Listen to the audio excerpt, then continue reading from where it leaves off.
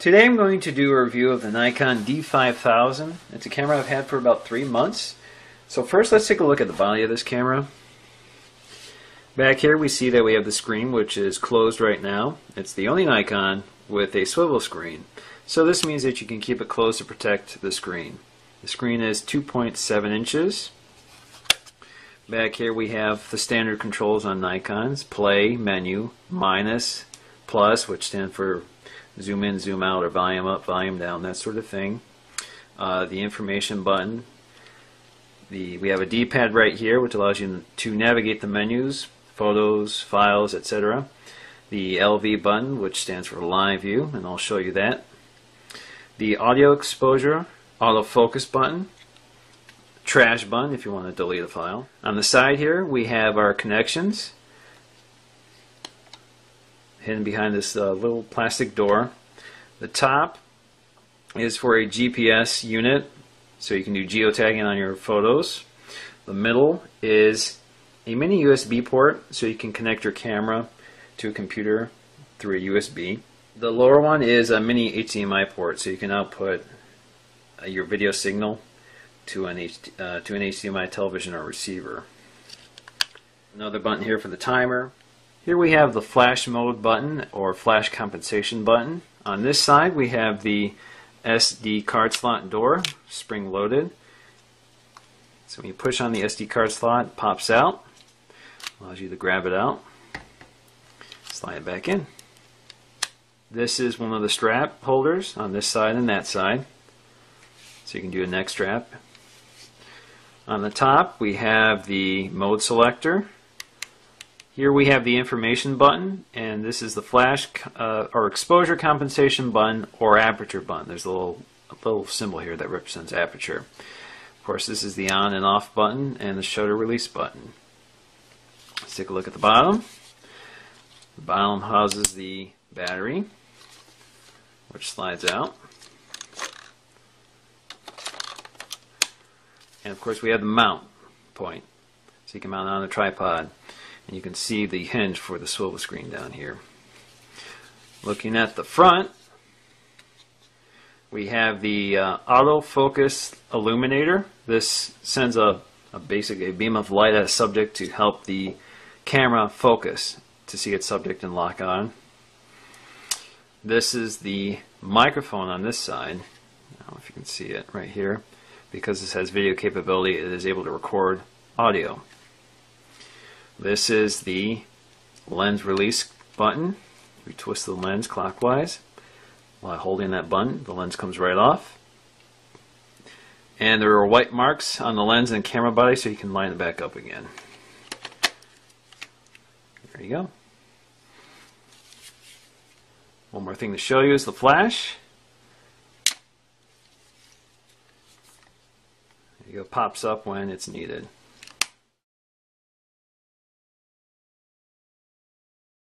Okay, let's talk specifications. This has the 12.3 megapixel CMOS DX sensor, shoots at up to 4 frames per second, and is capable of an ISO as low as 100 to as high as 6400. Alright, let's talk about the features on this camera. What makes the D5000 unique is this swivel screen, which allows you to view your subject from any angle. Of course, this is only possible because of another feature, live view. And this is the live view button. So let's turn this on and take a look. It will lock open the shutter. Let's take the cap off. It will lock open the mirror, so the camera has direct access to the sensor. And what that allows me to do is view my subject without looking through the viewfinder. Okay, in order to focus on the subject using live view, it uses contrast-based focusing, which is quite a bit slower. So let's take a look at that. I'm going to go ahead and focus on my Apple logo here. You can see it's working, and there, it found it. Let's go ahead and take a photo.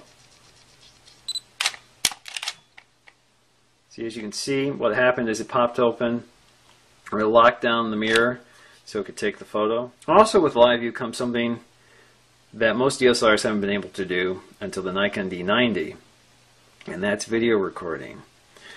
And as you can see right now I have it in live view, and if I hit the OK button it will start recording. But before I do that, I want to focus on the subject. The reason I want to focus now before I start recording is because there is no autofocus. If you want to focus on while you're recording, you'll need to do it manually, which is very difficult to do unless you're on a tripod. Let's go ahead and focus on my Apple logo again.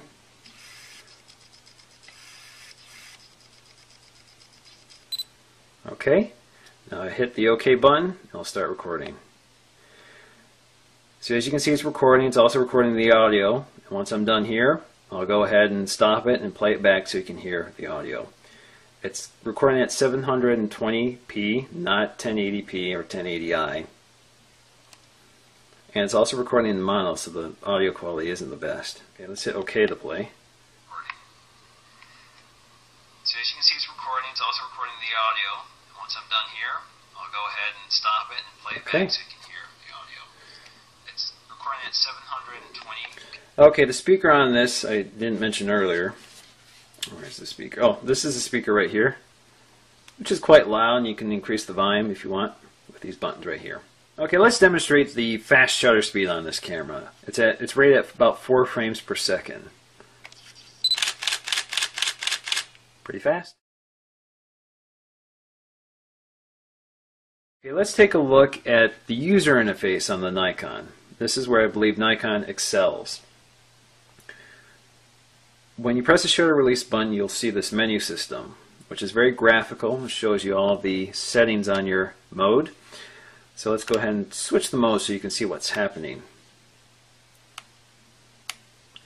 As you can see, the settings are changing, and if you're in autofocus, you automatically get live data back. So you can see my shutter speed is changing, my aperture is changing. Now if you want to change your settings while you're trying to take a photograph, press the I key right here in the lower left corner.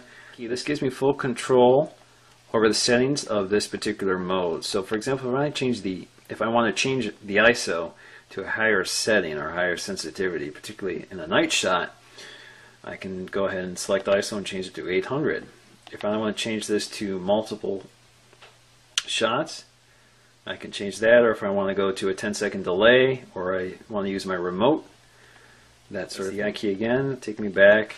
You can change the white balance to incandescent, fluorescent, etc. What this camera also does is graphically represent your camera's functions. And you can see here a little representation of the aperture of your camera, and the ring around it is actually the shutter speed. So using the controls here, I can change under shutter priority the speed at my shutter. Speed of my shutter, and you can see the numerical value changing as I move my scroll wheel here. Now if I go to aperture priority, this allows me to use this toggle wheel to change my aperture. And again, I can go ahead and set it to that aperture, choose I, and change my ISO to 250, change my metering to center, change my image size to basic, whatever I want to do. And I'm all set to take my photo. What's also kind of clever, because you may want to hold your camera at a different angle, it does have an accelerometer which helps you to orient the display properly. And of course, the camera also knows at what angle you're holding your picture, so your EXIF data will tell your computer to orient it properly. Okay, that's the Nikon D5000. I hope you enjoyed this review. Please rate, comment, and subscribe. Thanks again.